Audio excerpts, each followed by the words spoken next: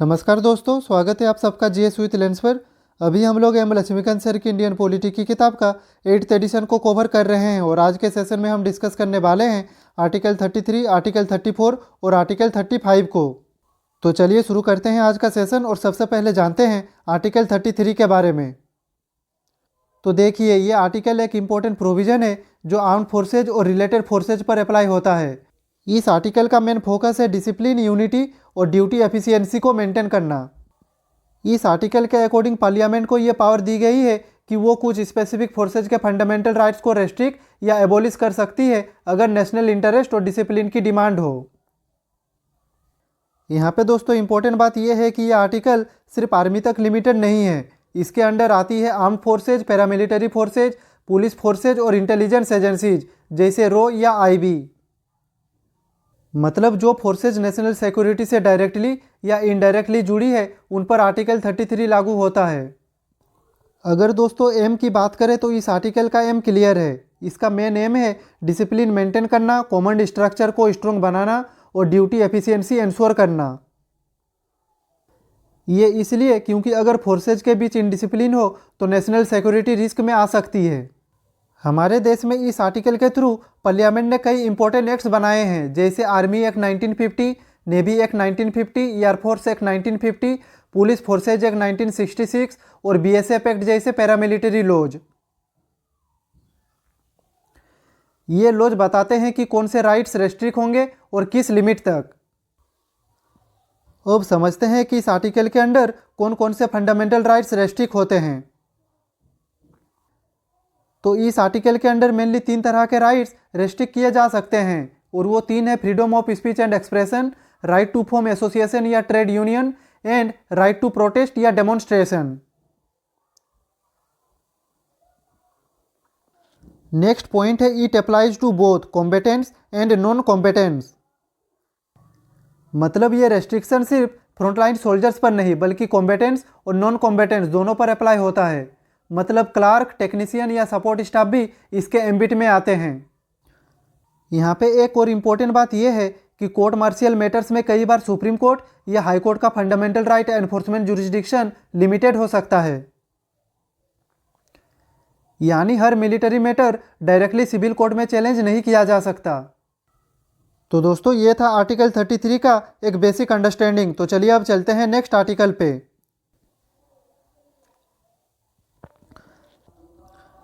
तो दोस्तों अब हम समझेंगे आर्टिकल 34 को जो रिलेटेड है मार्शियल लॉ से।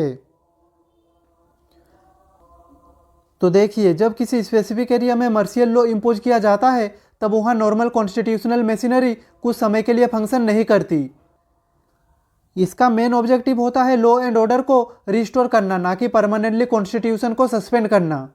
इस आर्टिकल के तहत मार्शियल लॉ के दौरान उस पर्टिकुलर एरिया में फंडामेंटल राइट्स प्रैक्टिकली रेस्ट्रिक्ट हो जाते हैं।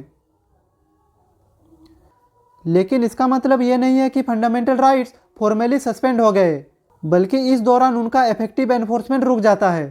सिचुएशन कंट्रोल करने के लिए फ्रीडम ऑफ मूवमेंट, स्पीच और पर्सनल लिबर्टी पर कुछ समय के लिए रेस्ट्रिक्शन लग सकते हैं। यहाँ पे दोस्तों ये आर्टिकल पार्लियामेंट को अथॉरिटी देता है कि वो आर्म्ड फोर्सेज, गवर्नमेंट ऑफिसर्स और पब्लिक सर्वेंट्स को इंडेमनीफाई दे सके। यहाँ पे इंडेमनीफाई का मतलब है लीगल प्रोटेक्शन देना, ताकि मार्शियल लॉ के दौरान लिए गए एक्शंस के लिए उन पर बाद में कोर्ट केसेज या लीगल प्रोसीडिंग्स ना चल सके।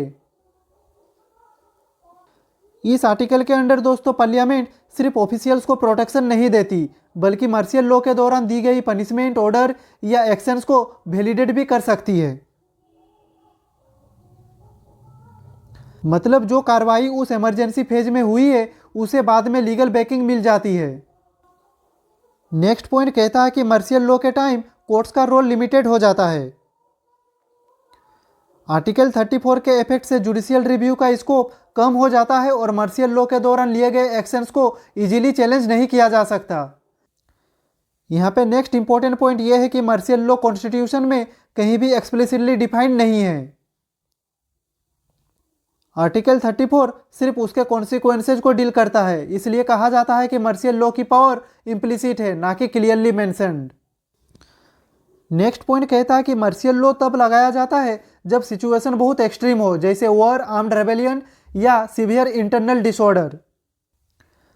सिर्फ normal law and order problem के लिए मार्शियल लॉ इम्पोज नहीं किया जा सकता।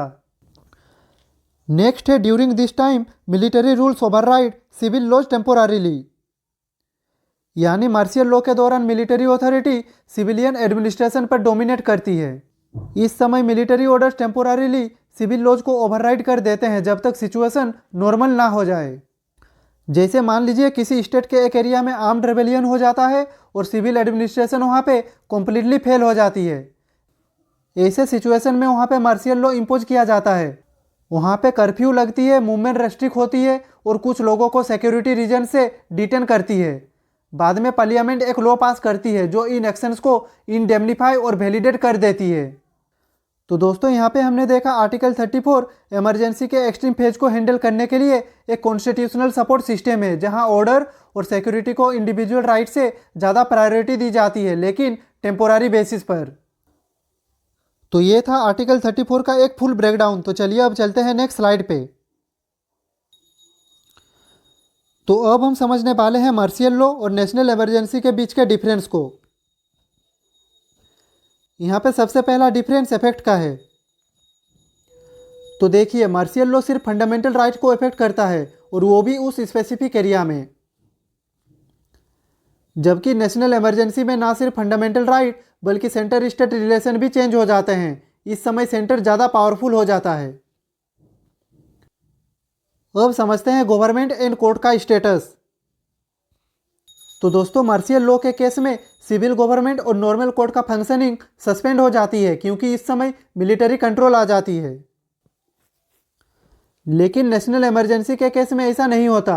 गवर्नमेंट और कोर्ट दोनों इस समय अपना काम करते हैं, बस पावर का बैलेंस चेंज हो जाता है। अब दोस्तों समझते हैं इनके कोज को। तो देखिए मार्शियल लॉ तब लगता है जब law and order completely breakdown हो जाए और सिविल एडमिनिस्ट्रेशन इस सिचुएशन को हैंडल ना कर पाए, जबकि नेशनल इमरजेंसी लगाई जाती है सिर्फ वॉर, एक्सटर्नल एग्रेशन या आर्म्ड रेबेलियन जैसे सीरियस कॉन्स्टिट्यूशनल ग्राउंड पर। नेक्स्ट है एरिया ऑफ ऑपरेशन। तो देखिए मार्शियल लॉ सिर्फ किसी स्पेसिफिक डिस्टर्ब एरिया में इंपोज होती है, पूरे देश में नहीं। पर नेशनल इमरजेंसी को पूरे देश में या देश के किसी एक पार्ट में लगाया जा सकता है सिचुएशन के हिसाब से। नेक्स्ट है कॉन्स्टिट्यूशनल प्रोविजन। तो देखिए मार्शियल लॉ हमारे कॉन्स्टिट्यूशन में डायरेक्टली मेंशन नहीं है, यानी कि ये एक इम्प्लिसिट कॉन्सेप्ट है, जबकि नेशनल इमरजेंसी क्लियरली डिफाइंड है आर्टिकल 352 के अंडर, यानी कि ये एक एक्सप्लिसिट कॉन्स्टिट्यूशनल प्रोविजन है। तो दोस्तों यहाँ पे हमने समझा martial law is extra constitutional in nature but situation driven, जबकि national emergency fully constitutional mechanism है जो देश के गवर्नेंस स्ट्रक्चर को कुछ समय के लिए सेंट्रलाइज कर देता है।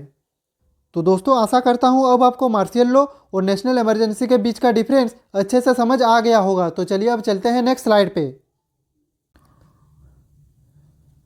तो दोस्तों अब हम डिस्कस करेंगे आर्टिकल 35 के बारे में, जो इंडियन कॉन्स्टिट्यूशन का एक प्रोसीड्यूरल आर्टिकल है। इसका सिंपल मतलब ये है कि कुछ फंडामेंटल राइट्स को इम्प्लीमेंट करने के लिए सिर्फ पार्लियामेंट ही लॉ बना सकती है, स्टेट लेजिस्लेचर नहीं।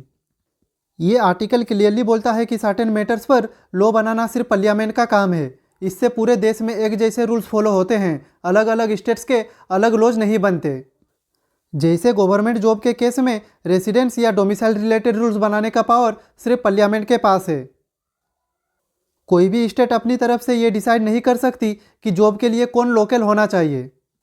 इसी तरह अनटचेबिलिटी को पनिश करने के लिए लॉ बनाना सिर्फ पार्लियामेंट का राइट है। इसका पर्पज ये है कि पूरे इंडिया में सेम पनिशमेंट और सेम प्रोटेक्शन मिले। इसी तरह ह्यूमन ट्रैफिकिंग और फोर्स्ड लेबर जैसे सीरियस क्राइम्स के लिए भी पनिशमेंट का लॉ सिर्फ पार्लियामेंट ही बना सकती है।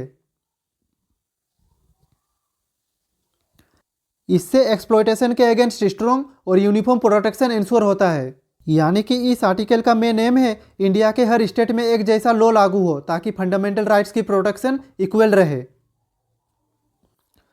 और हाँ, यहाँ पे इम्पोर्टेंट बात यह है कि जो लॉज पहले से इन मैटर्स पर बने हुए थे वो तब तक वैलिड रहेंगे जब तक पार्लियामेंट उन्हें चेंज या मॉडिफाई नहीं करती।